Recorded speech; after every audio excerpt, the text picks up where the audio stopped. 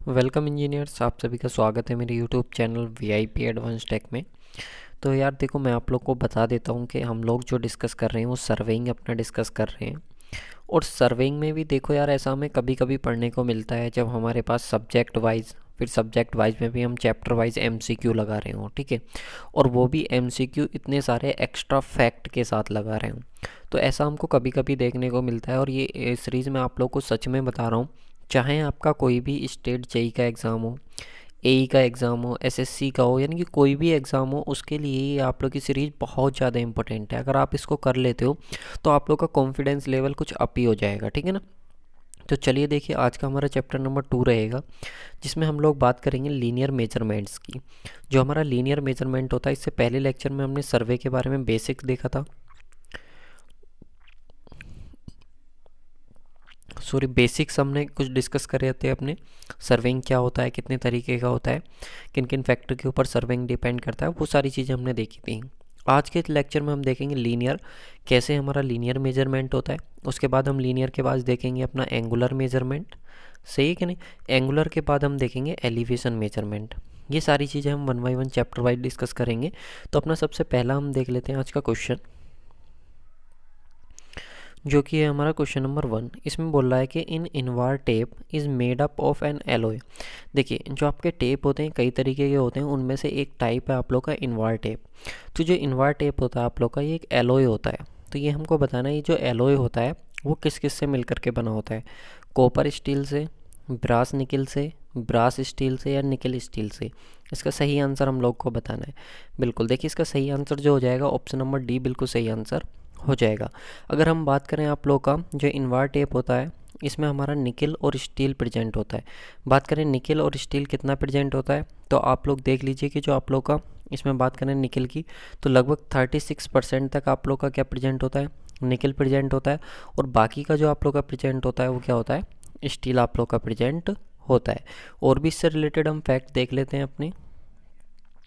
ये देखिए, Invar tape is made up of N alloy of निकल एंड स्टील। देखिए निकल आप लोग का कितना हो गया यहाँ पे, अगर आप बात करेंगे तो 36% हो गया, और बाकी आप लोग का क्या हो जाता है, स्टील। बाकी कितना बचा, 100 में से इसको माइनस कर दीजिए, तो यहाँ पे 4 और 9 यानी कि लगभग 64% आप लोग का क्या होता है, वो स्टील प्रेजेंट होता है। नेक्स्ट बात करें, it is less affected by temperature change when compare to the other tapes due to very low coefficient of thermal expansion. ये चीज़ ध्यान रखना, ये जो इनवार टेप होता है इसका low coefficient of thermal expansion होता है। It is highly precise but require much attention in handling as it is soft and deform easily. यानी कि हमको हाई एक्यूरेसी का ध्यान रखना होता है, क्योंकि ये जो होता है आप लोग का सॉफ्ट होता है और इजीली क्या हो जाता है, डिफॉर्म हो जाता है। तो इसलिए हमको हाई एक्यूरेसी के साथ इसमें क्या लेना होता है, मेजरमेंट लेना होता है। और ये लो कोफिशिएंट होता है इसका टेम्परेचर का, ये आप लोग को याद रखना है। साथ में बात करें तो निकल और स्टील के कॉम्बिनेशन से बना हुआ होता है। चलिए नेक्स्ट बात कर लेते हैं क्वेश्चन नंबर 2 की। The correction for sag is, आप लोग को बताना है। देखिए जो आप लोग का करेक्शन होता है, देखिए जो हम लीनियर मेजरमेंट करते हैं, तो लीनियर मेजरमेंट में क्या होता है, हमसे कुछ ना कुछ एरर हो जाती हैं। तो उन एरर को सही करने के लिए हम क्या करते हैं, कुछ करेक्शन अप्लाई करते हैं। तो उन करेक्शन में से एक करेक्शन होता है हमारा सैग करेक्शन। तो इस सैग करेक्शन की बात कर रहे हैं कि ये ऑलवेज एडिटिव होगा, सब्ट्रैक्टिव होगा, ऑलवेज जीरो होगा, या समटाइम्स एडिटिव और समटाइम्स सब्ट्रैक्टिव होगा। तो मैं आप लोग को बता देता हूँ, जो आप लोग का सैग करेक्शन, या तो आप लोग का सैग करेक्शन हो या फिर आप लोग का क्या हो, स्लोप करेक्शन हो, ये दोनों करेक्शन आप लोग के हमेशा कैसे होते हैं, निगेटिव होते हैं। याद रखेंगे, दोनों नेचर में कैसे होते हैं, निगेटिव होते हैं। दोनों ही कैसे होते हैं, सब्ट्रैक्टिव होते हैं। इस चीज़ों को आप लोग को याद रखना है। याद कैसे रखोगे, चाहे आप S4 सब्ट्रैक्ट, S4 क्या होता है आप लोग का, जैसे कि S4 क्या हो गया, सैग, S4 क्या हो गया, स्लोप, और S4 क्या हो गया, सब्ट्रैक्टिव। तो ये भी जो भी होंगे आप लोग के कैसे होंगे, सब्ट्रैक्टिव नेचर के होंगे। चलिए इससे रिलेटेड और हम फैक्ट की बात कर लेते हैं, क्या होगा हमारा करेक्शन होता है। ये देखिए, measure length of the tape is always more due to sag of tape, hence the correction is always negative. यहाँ पे देखिए, जो आपकी मेजर्ड लेंथ होगी ना टेप से, वो हमेशा क्या होगी, ज़्यादा होगी। क्यों, क्योंकि आप लोग का उसकी वजह से सैगिंग आ जाएगी। और जब वो पहली मेजरमेंट में ज़्यादा आ चुकी है, तो उसको कम करने के लिए क्या करना पड़ेगा, माइनस करना पड़ेगा। तो इसलिए जो आप लोग का सैग करेक्शन होगा वो कैसा होता है, नेगेटिव आप लोग का होता है, ये चीज़ आप लोग को याद रखनी है। फॉर्मूला आप याद कर सकते हो। यहाँ पर W जो होगा आप लोगों का वेट होगा पर यूनिट लेंथ का टेप की, उसके बाद L जो होगी वो लेंथ हो जाएगी आप लोग की, और P जो हो जाएगा यहाँ पे पुल हो जाएगा, कितने फोर्स के साथ आप उसको पुल कर रहे हो। चलिए नेक्स्ट क्वेश्चन पे आ जाते हैं हम।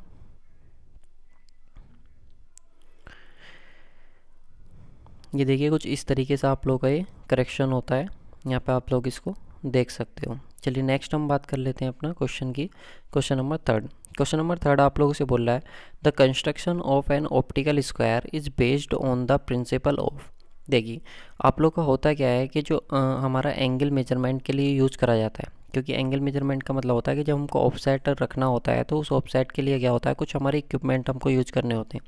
तो इसमें कह रहा है कि जो ऑप्टिकल स्क्वायर आप लोग का एक इक्विपमेंट, उन्हीं में से एक ऑप्टिकल स्क्वायर होता है, तो ये किस पे बेस्ड होता है, किस प्रिंसिपल पे वर्क करता है, रिफ्लेक्शन पे, रिफ्रैक्शन पे, या फिर आप लोग का डबल रिफ्रैक्शन पे, या फिर आप लोग का रिफ्लेक्शन पे, डबल रिफ्लेक्शन पे। तो इसका सही आंसर हो जाएगा डबल रिफ्लेक्शन। इस चीज़ को आप लोगों को याद रखना है। देखिए मैं आप लोगों को रिफ्लेक्शन और रिफ्लेक्शन में थोड़ा सा डिफरेंस बता देता हूँ। ये आप लोगों ने 10th क्लास में पढ़ा होगा। तो ये चीज़ होती क्या है कि अगर मान लीजिए कि आपकी ये कोई प्लेन था, सही है, अगर लाइट की रे आई आने के बाद इंसिडेंट होकर के वापस उसी मीडियम में चली जाती है तो इसको हम बोलते हैं रिफ्लेक्शन, सही है। अगर आप लोग की रेज क्या है, एक मीडियम से दूसरे मीडियम में ट्रैवल कर रही है, एक मीडियम से दूसरे मीडियम में ट्रैवल कर रही है, तो उसको हम बोलते हैं रिफ्रैक्शन। ये दोनों चीज़ें आप लोग को पता होनी चाहिए। अब बात कर लें तो ऑप्टिकल स्क्वायर हमारा होता क्या है, कैसा ये दिखता है, तो चलिए इसके बारे में आप लोग को बता देता हूँ। ये देखिए ये आप लोग का एक ऑप्टिकल स्क्वायर होता है। बात करें तो यहाँ पे based on the principle that the ray of light reflected successively from two surface undergoes a deviation of twice the angle between the reflecting surface. The angle between the reflecting surface is kept 45 degree. ये जो point आप लोग का बहुत ज़्यादा important है। Optical square जो होता है इसमें आप लोग का डबल मिरर लगे हुए होते हैं। क्या होते हैं स्टूडेंट, डबल मिरर होते हैं। और ये जो डबल मिरर होते हैं कितने डिग्री के कोण पर होते हैं, 45 डिग्री के एंगल पर होते हैं। साथ में यहाँ से आप लोग का कैसा होता है, डबल रिफ्लेक्शन होता है। चलिए मैं आप लोग को इमेज की हेल्प से बताता हूँ। ये देखिए कुछ इस तरीके का आप लोग का ऑप्टिकल स्क्वायर होता है। यहाँ पे आप जब बात करोगे तो ए वाले पॉइंट पे और बी वाले पॉइंट पे आप लोग के दो मिरर क्या करे गए, अरेंज करे गए। और ये जो मिरर हैं वो एक दूसरे से कितने डिग्री का कोण बना रहे हैं, 45 डिग्री का कोण बना रहे हैं। ठीक है, ये हमको पता होना चाहिए। चलिए नेक्स्ट हम बात कर लेते हैं।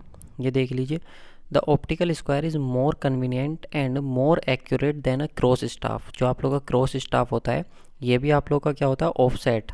जो ऑफसेट हम लगाते हैं उस ऑफसेट लगाने के लिए ये डिवाइसेस हमारी यूज़ करी जाती हैं। क्रॉस स्टाफ हो गया, जो ऑप्टिकल स्क्वायर हो गया, ये जो डिवाइसेस हैं वो ऑफसेट के लिए यूज़ करी जाती हैं। तो याद रखना जो आप लोग का ऑप्टिकल स्क्वायर होता है ये ज़्यादा कन्वीनियंट होता है और ज़्यादा एक्यूरेट होता है, किससे, क्रॉस स्टाफ से।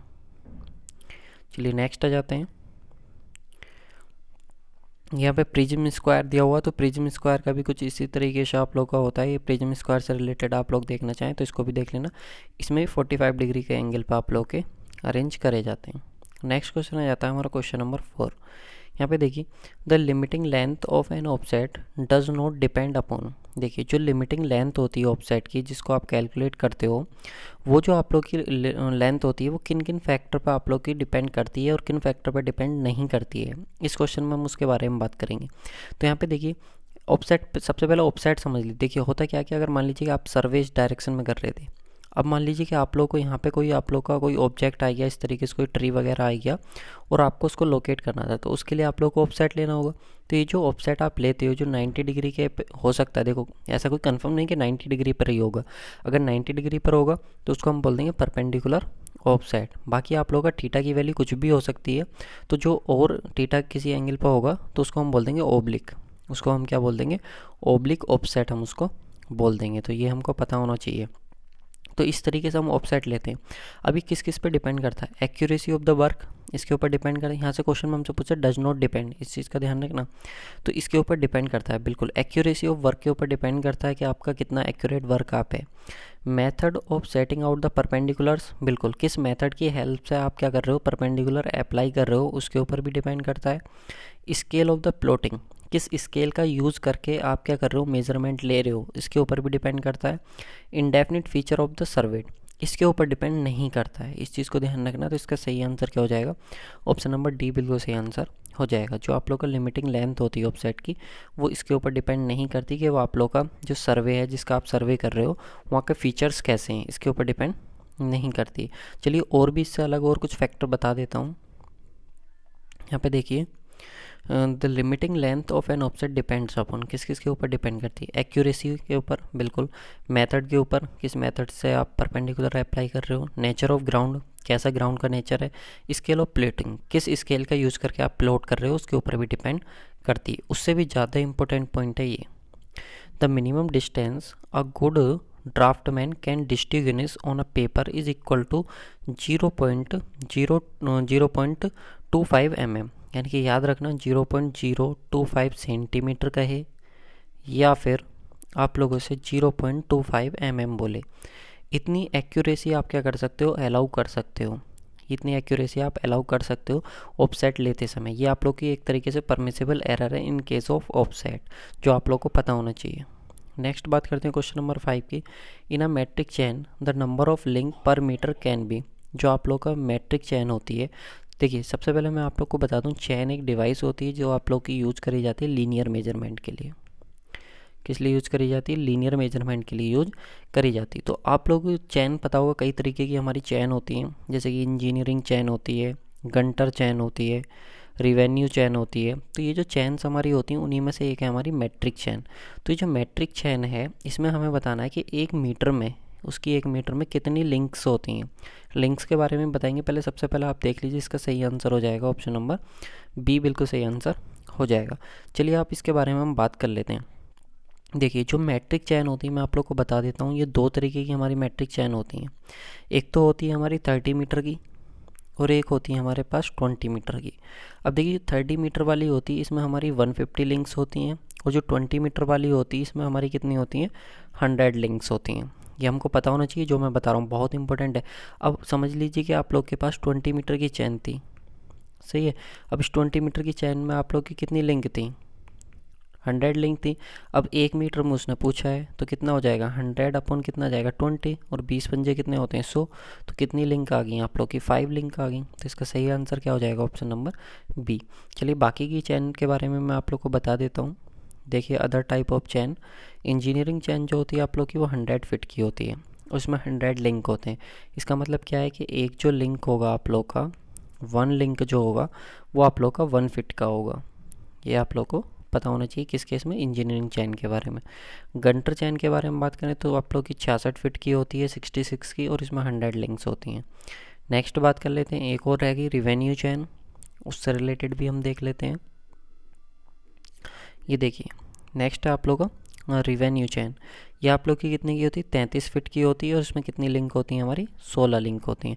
मिनिमम लिंक किस में होती हैं? तो याद रखना आप लोग की मिनिमम लिंक जो होती हैं वो हमारी रिवेन्यू चैन में होती हैं। कितनी? 16 लिंक। चलिए नेक्स्ट बात कर लेते हैं। 1 माइल जो होता है आप लोग का, वो 80 घंटर्स चैन के इक्वल होता है। ये आप चीज़ देख लीजिए, याद कर सकते हो तो वेल एंड गुड। नेक्स्ट हम बात कर सकते हैं 6, क्वेश्चन नंबर 6 की। The accuracy of measurement in chain survey does not depend upon. देखिए भाई, आप लोग लीनियर मेजरमेंट करने गए किसकी हेल्प से? चैन सर्विंग की हेल्प से। तो वहाँ पे बताना कि जो एक्यूरेसी होगी इनमें से किसके ऊपर डिपेंड नहीं करेगी। तो मैं आप लोग को बता देता हूँ कि लेंथ ऑफ ऑफसेट के ऊपर भी डिपेंड करेगी, स्केल ऑफ प्लॉटिंग के ऊपर भी डिपेंड करेगी, इंपॉर्टेंट फीचर्स के ऊपर भी डिपेंड करेगी। लेकिन जो आप लोग लेआउट यूज कर रहे हो उसके ऊपर डिपेंड नहीं करेगी, वहाँ के लेआउट के ऊपर डिपेंड नहीं करेगी, कैसा लेआउट है इसके ऊपर आप लोग की डिपेंड नहीं करेगी। तो ये चीज़ आप लोग को याद रखनी है। General layout of the chain के ऊपर वो डिपेंड नहीं करती। और यहाँ पे क्वेश्चन में हमसे भी यही पूछा था कि किसके ऊपर आप लोग की एक्यूरेसी डिपेंड नहीं करेगी। चलिए नेक्स्ट आ जाते हैं। नेक्स्ट आ जाता है question number 7। Next question number 7 है, cross staff is used for. आप लोग को बताना है, देखिए अभी मैंने आप लोग को बताया था एक डिवाइस पीछे, ऑप्टिकल स्क्वायर, अगर आप लोग को याद हो तो ऑप्टिकल स्क्वायर के साथ मैंने आप लोग को बताया था कि ऑप्टिकल स्क्वायर ज़्यादा एक्यूरेट होता है आप लोग का किससे? क्रॉस स्टाफ से, सही है। तो यहाँ पे हमसे बात करी गई है आप लोग का कि जो आप लोग का क्रॉस स्टाफ होता है उसको हम किस लिए यूज करते हैं? सेटिंग आउट राइट एंगल, तो बिल्कुल सही बात है। मैंने आप लोग को बताया था ऑफसेट लेने के लिए हम किसका यूज़ करते हैं? क्रॉस स्टाफ का, और सेकंड क्या बताया था, ऑप्टिकल स्क्वायर। तो इसका सही आंसर ऑप्शन नंबर ए ही हो जाता है हमारा। बाकी और मैं आप लोग को बता देता हूँ क्रॉस स्टाफ क्या होता है, कितने तरीके का होता है। ये देखिए, cross staff is used for setting out right angle at the given point in a chain. अगर आप लोग चेनिंग करते जा रहे थे और किसी भी पॉइंट पर आप लोग को परपेंडिकुलर लेना है तो आप क्रॉस स्टाफ की हेल्प से ले सकते हो। अभी क्रॉस स्टाफ जो होता है बेटा दो तरीके का होता है, एक ओपन क्रॉस स्टाफ होता है, एक फ्रेंच क्रॉस स्टाफ होता है। अब देखिए, जो ओपन क्रॉस स्टाफ होता है इसकी जो ज़्यादा एक्यूरेसी होती है वो 90 डिग्री के लिए होती है, सही है, 90 डिग्री के ऑफसेट के लिए।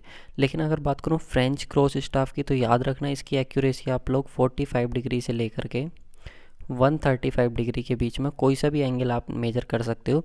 यानी कि इससे आप केवल परपेंडिकुलर ऑफसेट लोगे और इससे आप ऑब्लिक ऑफसेट भी ले सकते हो। ये चीज़ आप लोग को पता होनी चाहिए। इस कुछ इस तरीके का आप लोग का दिखता है फ्रेंच क्रॉस स्टाफ, और इस तरीके का होता है हमारा ओपन क्रॉस स्टाफ। चलिए नेक्स्ट हम आ जाते हैं। देखिए ये मैंने सारी चीज़ें आप लोग को बता दी। नेक्स्ट आ जाता है question number 8। A building is an obstacle to. आप लोग को बताना है कि जो बिल्डिंग आप लोग की कहीं पर आ जाती है, बिल्डिंग जो रुकावट होती है आप लोग की वो किस में होती है, बोथ चेनिंग एंड रेंजिंग दोनों में होती है, या फिर चेनिंग बट नॉट रेंजिंग, यानी कि चेनिंग में होती है लेकिन रेंजिंग में नहीं होती है। देखिए सबसे पहले मैं आप लोग को बता दूं कि हमें इसमें दो टर्म सीखने को मिलेंगे, एक हमारा रेंजिंग क्या होता है और एक हमारा चेनिंग क्या होता है। लेकिन इस क्वेश्चन का आंसर मैं सबसे पहले आप लोग को बता देता हूं कि जो आपका बिल्डिंग होता है वो ऑब्स्टेकल की तरह काम करता है। किस केस में, दोनों के केस में, चाहे आपका चेनिंग हो और चाहे आप लोग का रेंजिंग हो। तो इसका सही आंसर हो जाएगा ऑप्शन नंबर ए, बिल्कुल सही आंसर हो जाएगा। चलिए नेक्स्ट मैं आप लोग को इस चेनिंग और रेंजिंग के बारे में बताता हूँ। ये देखिए, the obstacles in chaining are the obstruction to the measured such as rivers, lake, buildings. यानी कि अगर आप मेजरमेंट कर रहे थे, चेन सर्वे करने के लिए गए, सही है, अब चेन सर्वे करते समय बीच में मान लीजिए रिवर आ गई, लेक आ गई, बिल्डिंग आ गई, तो ये क्या हो गए, एक ऑब्स्टेकल्स हो गए एक तरीके के, यानी कि जो हमारे लिए प्रॉब्लम क्रिएट कर रहे हैं। Obstacles in ranging are the obstruction to view such as hill, building. These obstruction ranging as both end stations of the survey line are not intervisible. देखिए, जब हमें रेंजिंग में हमें परेशानी तब होती है जब हमारे जो हमारे ऐसे समझ लो जो स्टेशंस हैं वो हमें इंटरविजिबल ना हो। यानी कि अगर आप मान लीजिए कि ऐसे समझिए कि आप ए पॉइंट पे थे और बी पॉइंट पे थे, आप यहाँ से ए पॉइंट को नहीं बी पॉइंट को नहीं देख पा रहे हो ए पॉइंट से, और बी पॉइंट से ए पॉइंट को नहीं देख पा रहे हो। यानी कि बीच में आप लोग की क्या होगी, रेंजिंग में प्रॉब्लम होगी। रेंजिंग मतलब विजिबल, जब देखने में प्रॉब्लम हो तो वो आप लोग की कौन सी वाली प्रॉब्लम होती है, रेंजिंग वाली। और जब मेजरमेंट में प्रॉब्लम हो चेन से तो वो आप लोग की कौन सी होती है, चेनिंग वाली प्रॉब्लम होती है, सही है ना। और चेनिंग में प्रॉब्लम कब होगी, जब रिवर आ जाए बीच में, कोई लेक आ जाए, कोई बिल्डिंग आ जाए तो प्रॉब्लम होगी। लेकिन अगर हम बात करें देखने में कब प्रॉब्लम होगी, तो कोई हिल आ जाए, कोई पहाड़ी आ जाए बीच में, या फिर कोई बिल्डिंग आ जाए, सही है, तो ये आप लोग की प्रॉब्लम होती है। नोट पॉइंट देख लीजिए, river, lake, ETC are not obstruction in ranging. अब देखिए कोई रिवर है या फिर कोई लेक है, मान लीजिए कि यहाँ पे इस तरीके से कोई रिवर निकल रही थी, ये ए पॉइंट था, ये बी पॉइंट था। अब आप ए पॉइंट को भी देख पाओगे, ए पॉइंट से बी को, और बी से ए को देख पाओगे। तो यहाँ पे रेंजिंग में कोई प्रॉब्लम आई नहीं आई। तो यहाँ पे आप लोगों को कहा है रिवर और लेक जो हैं इनसे आप लोगों की रेंजिंग में कोई भी प्रॉब्लम नहीं होती है। चलिए नेक्स्ट बात कर लेते हैं। ये देखिए चेनिंग और रेंजिंग मैंने बता दिया आप लोग। नेक्स्ट आता है क्वेश्चन नंबर 9। क्वेश्चन नंबर 9 की बात करेंगे, the correction for slope in chaining is proportional to.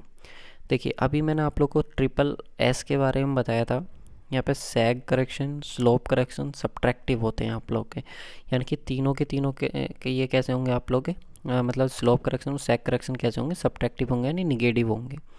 तो यहाँ पे हमसे पूछा था करेक्शन फॉर द स्लोप, जो आप करेक्शन लगाओगे स्लोप के लिए वो आप लोग का कैसे होगा, किसके डायरेक्टली प्रोपोर्शनल होगा। तो देखिए इसका सही आंसर हो जाएगा ऑप्शन नंबर सी।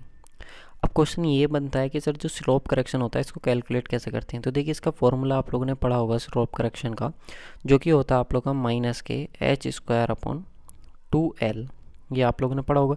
h जो होती है आप लोग की जो हाइट होती है वो आ जाती है ऑब्स्ट्रक्शन की, और l जो हो जाती है जो आप लोगों ने लेंथ, आप लोग की मेजर्ड लेंथ है वो आप लोग की आ जाती है, जो आपने मेज़र करी है, ठीक है ना। इस चीज़ को आप लोग को याद रखना है। चलिए मैं आप लोग को बताता हूँ। यहाँ पे देखिए कुछ इस तरीके से आप लोग को ये आता है, डी डिस्टेंस थी, ये एल आप लोगों ने मेजर करी, और ये h आप लोग की हाइट थी। तो यहाँ पे जब स्लोप करेक्शन लगाते हैं तो ये फॉर्मूला हमारे पास आता है h²/2l का फॉर्मूला हमारे पास आ जाता है। चलिए नेक्स्ट हम बात कर लेते हैं। ये देखिए, इस चीज़ को भी आप लोग को याद रखना है, since measured length is always greater than the actual length. जो आप लोगों ने मेजर्ड लेंथ ली है वो हमेशा क्या होती है आप लोग की, ज़्यादा होती है किससे, एक्चुअल लेंथ से। Slope correction is always negative, इसलिए स्लोप करेक्शन क्या होता है, नेगेटिव होता है। मैं आप लोग को सिंपल सा बताता हूँ। देखिए जो करेक्शन आप लोग का होता है ना, ये जो करेक्शन होता है ये आप लोग का इक्वल होता है ओरिजिनल लेंथ माइनस के मेजर्ड लेंथ। याद रखना, ओरिजिनल लेंथ माइनस के मेजर्ड लेंथ। अब देखिए अगर आपने मेजर्ड लेंथ ज़्यादा ले ली, ठीक है, और ओरिजिनल लेंथ आप लोग की कम थी, तो जो इसका वैल्यू था आप लोग का ज़्यादा हो गया। जब ये वैल्यू ज़्यादा हो गया तो इसके आगे साइन नेगेटिव था, तो करेक्शन कैसा हो जाएगा आप लोग का, नेगेटिव हो जाएगा। करेक्शन नेगेटिव हो रहा है तो इसका मतलब क्या है, एरर कैसी रही होगी, एरर हमारी रही होगी पॉजिटिव। क्योंकि आप लोग को ये चीज़ पता होनी चाहिए, करेक्शन और एरर दोनों एक दूसरे क्या होते हैं, बिल्कुल अपोजिट होते हैं। अगर करेक्शन नेगेटिव है तो एरर क्या होगा, पॉजिटिव होगा, और अगर एरर नेगेटिव है तो करेक्शन क्या होगा, पॉजिटिव होगा। ये हमको पता होना चाहिए। याद रखना जो फॉर्मूला अभी मैंने आप लोग को बताया था करेक्शन का। चलिए नेक्स्ट क्वेश्चन पे मूव करते हैं। ये फॉर्मूला भी, हाँ ये फॉर्मूला भी आप लोग याद कर लेना। स्लोप करेक्शन के लिए हम यूज करते हैं L cos थीटा -1। देखिए एक और कन्फ्यूजन होता है कि कई बार आप लोग इसको इस तरीके से पढ़ते हो कि L sec थीटा -1। देखिए ये जो आप लोग का होता है ये वही होता है फॉर्मूला, लेकिन इसको हम हाइपोटेंशियल करेक्शन करके हम इसको पढ़ते हैं। सही है, याद रखना, हाइपोटेंशियल करेक्शन हम इसको बोलते हैं। चलिए ये सेम ही होता है एज अ स्लोप करेक्शन, क्योंकि हाइपोटेनियस वही तो होगा जो स्लोप पे आप लोग का लाई करेगा। नेक्स्ट है आप लोग का क्वेश्चन नंबर 10, इसकी बात कर लेते हैं। ये देखिए क्वेश्चन नंबर 10 हमसे क्या बोल रहा है, the principle of working of optical square is based on. देखिए क्वेश्चन हमारा रिपीट हो गया, क्योंकि मैंने आप लोग को बताया था कि ऑप्टिकल स्क्वायर और दूसरा नाम क्या बताया था, क्रॉस स्टाफ। ये दोनों जो आप लोग के इक्विपमेंट है ये यूज़ करे जाते हैं आप लोग के ऑफसेट के लिए। किस लिए यूज़ करे जाते हैं, ऑफसेट के लिए यूज़ करे जाते हैं इन लीनियर मेजरमेंट। तो जो ऑप्टिकल स्क्वायर आप लोग का किस पे बेस्ड होता है, आप लोग का डबल रिफ्लेक्शन पे। किस पे बेस्ड होता है, डबल रिफ्लेक्शन पे। तो सही आंसर हो जाएगा ऑप्शन नंबर ए। चलिए नेक्स्ट बात करते हैं।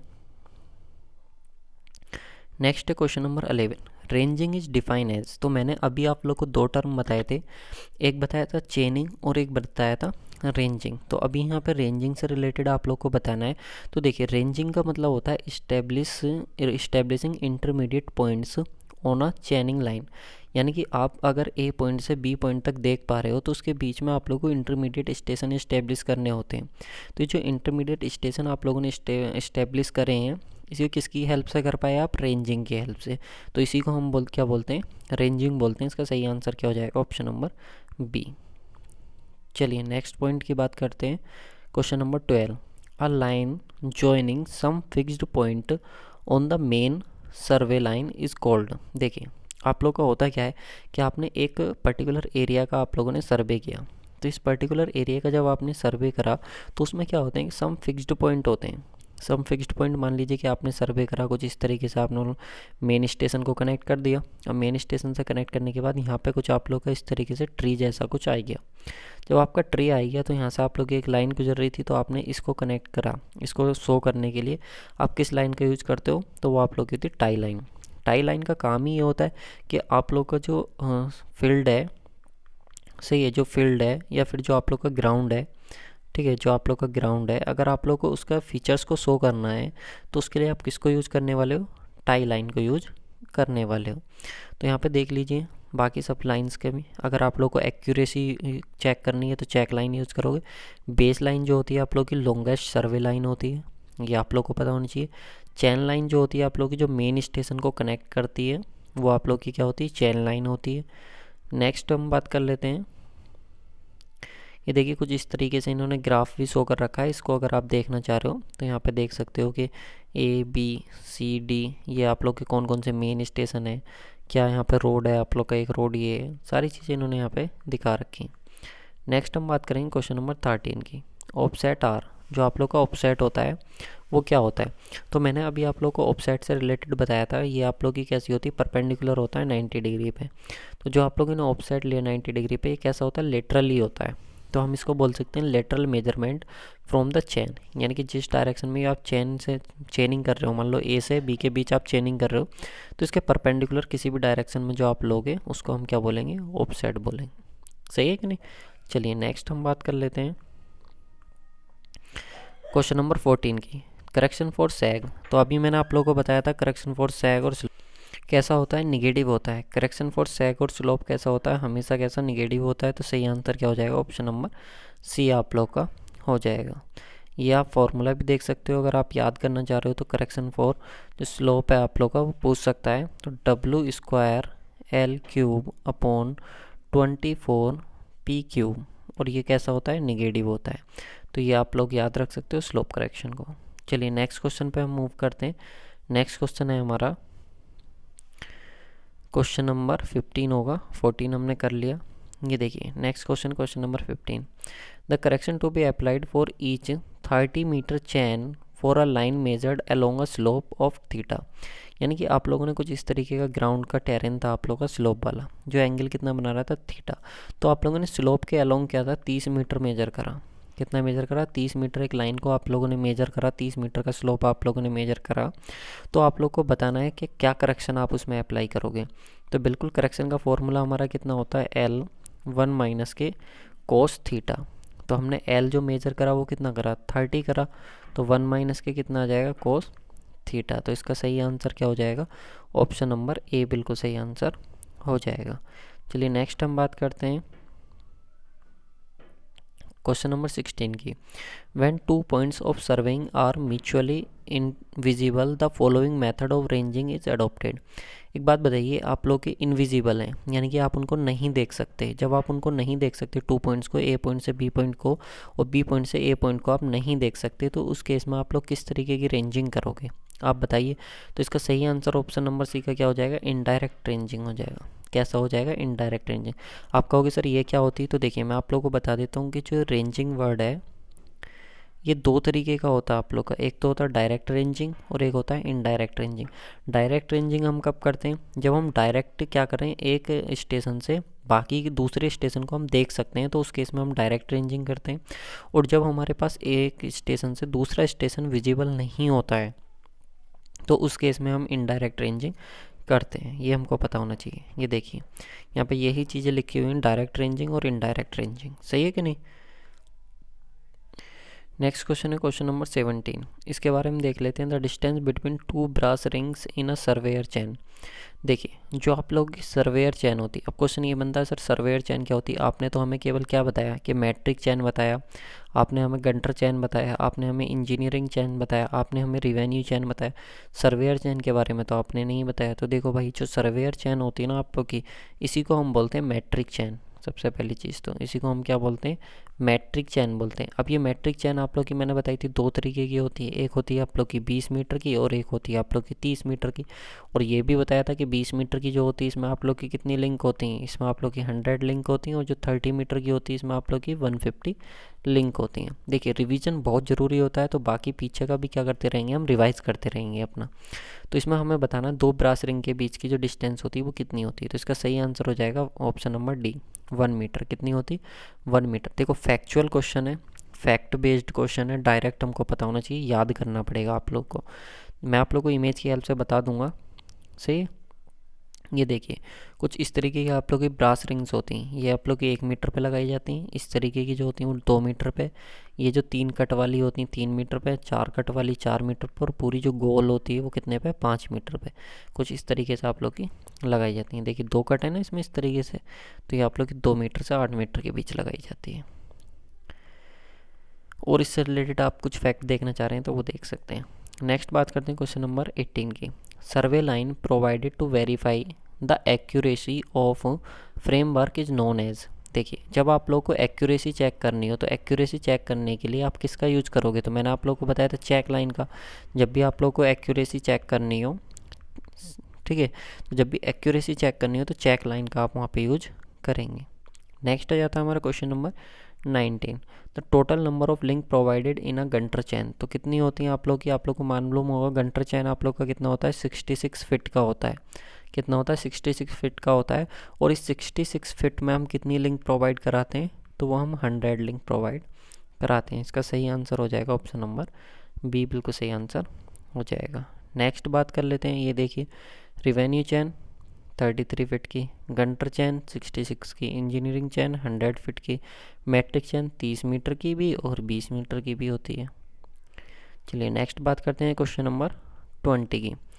When compared with the chain surveying plane table is, आप लोग को बताना है, कंपेयर करना है कि जो आप चैन सर्वे को कंपेयर कर लो किसके साथ, प्लेन टेबल के साथ। When compared with chain survey plane table is, plane table जो होता है आप लोग का चैन सर्वे के रेस्पेक्ट में कैसा होता है, इसका सही आंसर आप लोग को बताना है। मोर एक्यूरेट होता है, लेस एक्यूरेट होता है, नॉट एक्यूरेट होता है, एक्यूरेट होता है। तो देखिए मैं आप लोग को बता देता हूँ कि जो आप लोग का प्लेन टेबल जो सर्वे होता है ये चैन सर्वे के रेस्पेक्ट में लेस एक्यूरेट होता है, क्योंकि जो ज़्यादा एक्यूरेट आप लोग का माना जाता है वो चैन सर्वे माना जाता है। Chain survey is more accurate compare to plane survey. इस चीज़ को आप लोग को याद रखना है कि जो चैन सर्वे होता है वो ज़्यादा एक्यूरेट होता है। तो चलिए मैं आप लोग को बता देता हूँ यार, वीडियो को हमारी ज़्यादा लंबी हो जाएगी। मैं 30-30 मिनट का ही लेक्चर रखना चाह रहा हूँ एक्चुअली में। तो ये हमारा लेक्चर हो चुका है, मैं सच बता रहा हूँ आप लोगों को। देखो ऐसा बहुत कम हमको पढ़ने को मिलता है, जब हमको क्वेश्चन मिल रहे हो चैप्टर वाइज हमको एमसीक्यू मिल रहे हो, और चैप्टर वाइज एमसीक्यू में भी इतने सारे फैक्ट हमको मिल रहे हो।